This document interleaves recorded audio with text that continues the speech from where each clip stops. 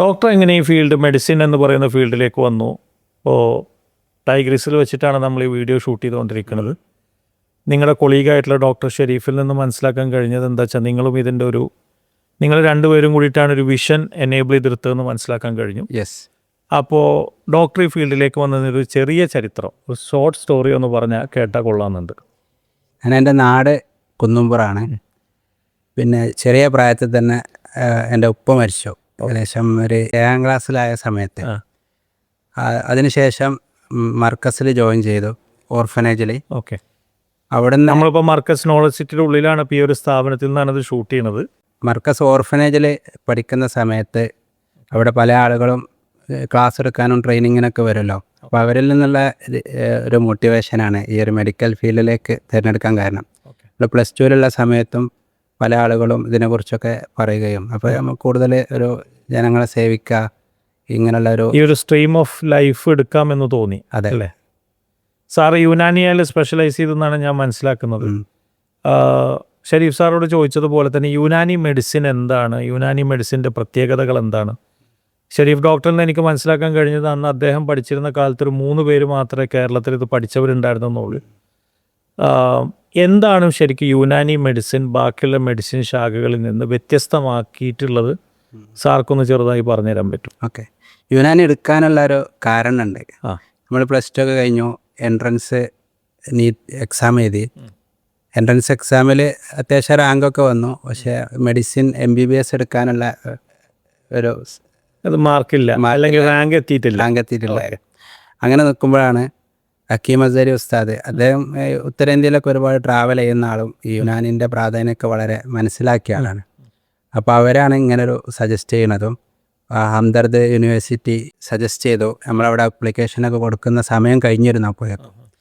അപ്പോൾ പിന്നെ വേറെ കാലിക്കറ്റുള്ള ഡോക്ടർ KT അജ്മൽ സാറായിട്ടൊക്കെ കണക്ട് ചെയ്ത് അതിൻ്റെ അടിസ്ഥാനത്തിലാണ് ഗുൽബർഗയിലെ ടിപ്പു സുൽത്താൻ യുനാനി മെഡിക്കൽ കോളേജിൽ നമുക്ക് അഡ്മിഷൻ എടുക്കുന്നത്. ഓക്കെ. ബാംഗ്ലൂർ. ഗുൽബർഗ് എന്ന് പറഞ്ഞാൽ കർണാടക സ്റ്റേറ്റ്. ഓക്കെ. സാർ അവിടെയാണ് പഠിച്ചത്? രാജീവ് ഗാന്ധി യൂണിവേഴ്സിറ്റി ബാംഗ്ലൂർ, അതിൻ്റെ കീഴിലുള്ള ഒരു. ഓക്കെ. അതിനോട് അഫിലിയേറ്റഡ് ആയിട്ടുള്ള കോളേജ്. സാറ് പഠിച്ചിറങ്ങിയതിന് ശേഷം എവിടെ പ്രാക്ടീസ് ചെയ്തു? ഫസ്റ്റ് പ്രാക്ടീസ് എവിടെയായിരുന്നു? ഫസ്റ്റ് ഞാൻ മനസ്സിലാക്കാൻ കഴിഞ്ഞ എന്താ വെച്ചാൽ സാർ ഒരു ലെക്ചറാണെന്ന് അറിയാൻ കഴിഞ്ഞു. അപ്പോൾ സാർ എന്തായിരുന്നു ഫസ്റ്റ് പ്രാക്ടീസ്, എവിടെയായിരുന്നു? നമ്മൾ കോഴ്സ് കഴിഞ്ഞ ഉടനെ നമുക്ക് കാര്യമായ അവസരങ്ങളൊന്നും ഇല്ലാത്ത സമയമാണ്. അപ്പോൾ നമ്മൾ പല സ്ഥലത്തും ഈ യുനാനി ആയുർവേദമൊക്കെ മരുന്ന് ഷോപ്പുകളിൽ അതിൻ്റെ ബാക്കിലൊക്കെ ഉള്ള കൺസൾട്ടിങ് ഏരിയയിലൊക്കെ ആയിരുന്നു തുടക്കം. പിന്നെ സ്വന്തം ഒരു ക്ലിനിക്ക് തുടങ്ങാന്നുള്ള അടിസ്ഥാനത്തിൽ നമ്മുടെ നാടിന് തന്നെ അടുത്തുള്ള ഒരു സ്ഥലത്ത്, വട്ടപ്പൊന്ത എന്ന് പറഞ്ഞ സ്ഥലത്താണ് ആദ്യം ക്ലിനിക്ക് സ്റ്റാർട്ട് ചെയ്യുന്നത്. ഓക്കെ. പിന്നെ അത് ചെമ്മാടേക്ക് മാറ്റി. ആ സമയത്താണ് NHM ഡിസ്പെൻസറി ഫസ്റ്റായിട്ട് കേരളത്തിൽ വരുന്നത്. അപ്പോൾ ആദ്യത്തെ NHM ഡിസ്പെൻസറി മെഡിക്കൽ ഓഫീസറായിട്ട് എനിക്ക് കേരളത്തിൽ നിങ്ങൾ നിയമിതനായി. അതിനുശേഷം 6 വർഷം ഗവൺമെൻറ്റിൽ വർക്ക് ചെയ്തു. ആ സമയത്ത് തന്നെയാണ് കാരന്തൂർ മർക്കസ് യുനാനി ഹോസ്പിറ്റൽ സ്റ്റാർട്ട് ചെയ്യണത്. ഓക്കെ. 2010. ശരി. അപ്പോൾ അവിടെ സാറ് പിന്നെ പ്രൊഫസറായിട്ട് കയറിയല്ലേ? അല്ല, 2015 യുനാനി മെഡിക്കൽ കോളേജ് ഇവിടെ ഓപ്പൺ ചെയ്യുന്നത്. ഓക്കെ. ആദ്യം ഹോസ്പിറ്റലിലായിരുന്നു, അത് കഴിഞ്ഞതിന് ശേഷം മെഡിക്കൽ കോളേജ്. ശരി. പിന്നെ എനിക്ക് നിങ്ങളെക്കുറിച്ച് അറിയാൻ കഴിഞ്ഞൊരു കാര്യമാണ്, നിങ്ങൾ സ്കിൻ ആൻഡ് വെനറൽ ഡിസീസിലാണ് സ്പെഷ്യലൈസ് ചെയ്തിട്ടുള്ളത്. ഈ യുനാനി എന്ന് പറയുന്ന മെഡിക്കൽ ശാഖയിൽ ഇതിൻ്റെ സാധ്യതകളും ഇതിൻ്റെ ഒരു എങ്ങനെയൊക്കെയാണ് ഇത് പ്രൊസീഡ് ചെയ്യേണ്ടത്, എങ്ങനെയൊക്കെയാണ് നിങ്ങളെ സമീപിക്കേണ്ടത്, എന്തെല്ലാം ഡിസീസുകൾക്കാണ് നിങ്ങൾ അലോപ്പതിയുടെ വെച്ച് കമ്പയർ ചെയ്യുന്ന സമയത്ത് നിങ്ങൾക്ക് കുറച്ചുകൂടി സക്സസ് കിട്ടിയിരിക്കുന്നത്, അതിനെക്കുറിച്ചൊക്കെ ഒന്ന് ചെറുതായിട്ടൊന്ന് പറയാൻ പറ്റുമോ? ഓക്കെ. യുനാനിയിലെ സ്കിന്നിൻ്റെ വിഷയത്തിനെ അപ്രോച്ച് ചെയ്യുന്ന രീതി തന്നെ വ്യത്യസ്തമാണ്. ഓക്കെ. പല സ്കിൻ ഡിസീസുകളും സ്കിന്നിൻ്റെ അസുഖമല്ല. ഓക്കെ. പലരും ധരിച്ചിരിക്കുന്നത് ഒരു ചർമ്മരോഗമായിട്ടാണ്. ഓക്കെ. അപ്പോൾ ചർമ്മരോഗത്തിന് പൊതുവേ ഒരു ക്രീം, പുറത്ത് അപ്ലൈ ചെയ്യുന്ന ഒരു ക്രീമും അല്ലെങ്കിൽ എന്തെങ്കിലും ഒരു സ്റ്റീറോയിഡോ മറ്റോ ആൻറ്റിബയോട്ടിക്കോ മാത്രമാണ് ഇപ്പോഴത്തെ ഒരു മെത്തേഡ്.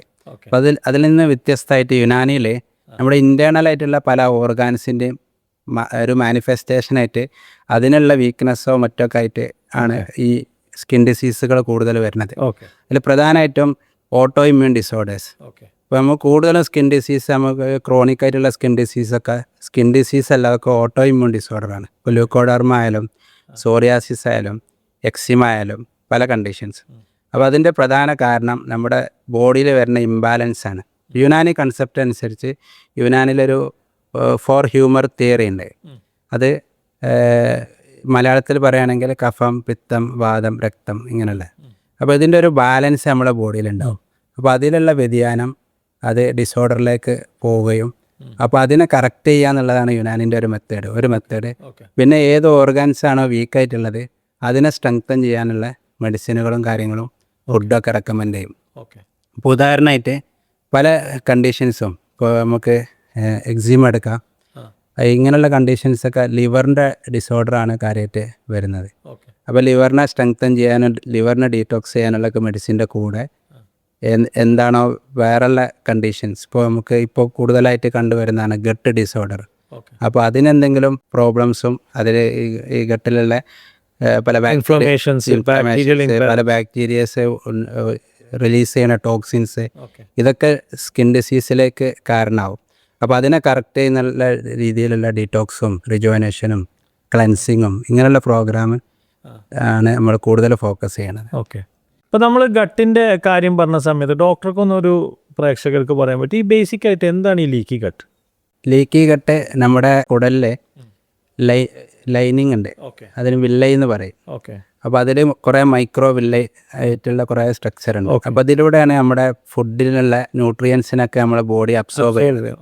അപ്പോൾ അതിന് വളരെ തിന്നായിട്ടുള്ള അബ്സോർപ്ഷൻ മെത്തേഡാണത്. അപ്പോൾ അതിൽ നമ്മുടെ കഴിക്കുന്ന ഫുഡിലുള്ള റോങ് ആയിട്ടുള്ള ഫുഡ് അഥവാ ഗ്ലൂട്ടനൊക്കെ കൂടുതൽ അടങ്ങിയിട്ടുള്ള food, bakery food, processed food ഇങ്ങനെയുള്ള ഫുഡൊക്കെ നമ്മൾ കൂടുതൽ ഈ സോഫ്റ്റ് ഡ്രിങ്ക്സ് പോലുള്ളത്, ആൽക്കഹോൾ ഇങ്ങനെയുള്ള സംഭവങ്ങളൊക്കെ കൂടുതൽ നമ്മുടെ ഗട്ടിൽ വയറിലേക്ക് എത്തുമ്പോൾ അത് നമ്മുടെ ആ ലൈനിങ്ങിനെ പ്രോബ്ലം ഉണ്ടാക്കും. അപ്പോൾ അതിലൂടെ ടോക്സിൻസും മറ്റു ദോഷമുള്ളതും അബ്സോർബ് ചെയ്യും. അതൊരു പ്രധാന കാരണമാണ്, പ്രത്യേകിച്ച് ഇങ്ങനത്തെ ഓട്ടോഇമ്യൂൺ ഡിസോർഡേഴ്സിനും ഈ സോറിയാസിസ്. ഞാൻ ഇനി ചോദിക്കുന്നത് എന്താ വെച്ചാൽ ഈ ടൈഗ്രിസ് വാലി എന്ന് പറഞ്ഞ സ്ഥാപനത്തിൽ ഒരു പേഷ്യൻ്റ് വരികയാണെങ്കിൽ ഇതുപോലത്തെ ഡിസോർഡേഴ്സ് ട്രീറ്റ് ചെയ്യാൻ എന്തെല്ലാം ഫെസിലിറ്റീസ് നിങ്ങൾ പ്രൊവൈഡ് ചെയ്യുന്നുണ്ട്? നമ്മളെ ഒരു ഹോളിസ്റ്റിക് അപ്രോച്ചാണ് ഇവിടെ എടുക്കുന്നത്. നമ്മൾ ഏത് കണ്ടീഷൻ വന്നാലും അവരെ ഒരു ഡീറ്റെയിൽ ആയിട്ട് പഠിക്കും. നമ്മൾ ഡോക്ടേഴ്സിൻ്റെ ഒരു പാനലുണ്ട്. ഉദാഹരണമായിട്ട് ഇപ്പോൾ സ്കിൻ ഡിസീസ് വന്ന് നിൽക്കാം. ശരി. അപ്പോൾ എൻ്റെ ഒരു എക്സ്പീരിയൻസ് പറയാം. നമുക്കൊരു കുവൈത്തിൽ നിന്നൊരു ഗസ്റ്റ് വന്നിരുന്നു. 24-25 വയസ്സുള്ള ഒരു ആൾ. അദ്ദേഹത്തിന് total body എക്സിമാണ്. Atopic eczema totalis എന്ന് പറയും. അദ്ദേഹത്തിന് 8ാം വയസ്സിലാണ് ഈ പ്രോബ്ലം തുടങ്ങുന്നത്. അങ്ങനെ അവിടെ നിന്ന് കുറേ മെഡിസിൻസും സ്റ്റീറോയിഡ്സും അതേപോലെ മോഡേൺ മെഡിസിൻ ട്രീറ്റ്മെൻറ്റ്സ് ഒക്കെ ഇഷ്ടംപോലെ ചെയ്തു. പിന്നെ ബോഡി മൊത്തം അത് വ്യാപിച്ചു. അങ്ങനെയാണ് വേറൊരാളെ റെക്കമെൻഡിൽ ഇവിടെ വരുന്നത്. ഇവിടെ വന്നപ്പോഴുള്ള കണ്ടീഷൻ എന്ന് പറഞ്ഞാൽ ഇച്ചിങ്, ഭയങ്കരമായിട്ടുള്ള ഇച്ചിങ്ങും ബ്ലഡൊക്കെ വന്ന് നമുക്ക് ബെഡ്ഷീറ്റൊക്കെ ഡെയിലി കൂടുതൽ ചേഞ്ച് ചെയ്യേണ്ട ഒരു സിറ്റുവേഷൻ ആയിരുന്നു. അത് വളരെ സഹിക്കുന്ന ഒരു പേഷ്യൻ്റ് ആയിരുന്നു. നമുക്ക് എല്ലാവർക്കും കാണുമ്പോൾ തന്നെ സങ്കടം വരുന്ന ഒരു അവസ്ഥയായിരുന്നു. ഫേസിലും കയ്യിലും ബോഡി മൊത്തം ആ ഒരു എഫക്റ്റ് ചെയ്തിരുന്നു. അപ്പോൾ അങ്ങനെയുള്ളൊരു കണ്ടീഷനിൽ നമ്മുടെ ഡോക്ടേഴ്സ് ഡീറ്റെയിൽ ആയിട്ടിരുന്നു, കൂടുതൽ പഠിച്ചു. അപ്പോൾ നമുക്ക് അദ്ദേഹത്തിൻ്റെ ഡയറ്റ് കംപ്ലീറ്റ്ലി മാറ്റണം. പിന്നെ ഉള്ളത് ആയുർവേദത്തിൻ്റെ കുറേ മെത്തേഡുണ്ട്, പല ധാരകളുണ്ട്. അപ്പോൾ അതൊക്കെ ചെയ്തിട്ട് ഫുള്ളായിട്ട് ക്ലെൻസിങ്ങും ഡീറ്റോക്സും ചെയ്യണം. പിന്നെ നമ്മുടെ ഈ അഫർമേഷൻ തെറാപ്പി കാര്യങ്ങളൊക്കെ ചെയ്തിട്ട് ആളെ മെൻ്റലി സ്ട്രോങ് ആക്കണം. അത് മാറണ അസുഖം എന്നുള്ളൊരു ബോധ്യം വരണമല്ലോ.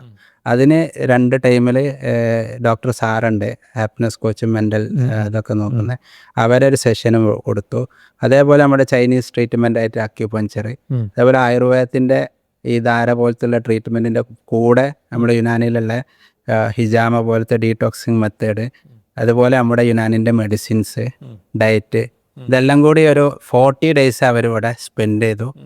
കംപ്ലീറ്റ്ലി സ്കിന്ന് നോർമലായിട്ടാണ് ഇവിടെ നിന്ന് പോയത്.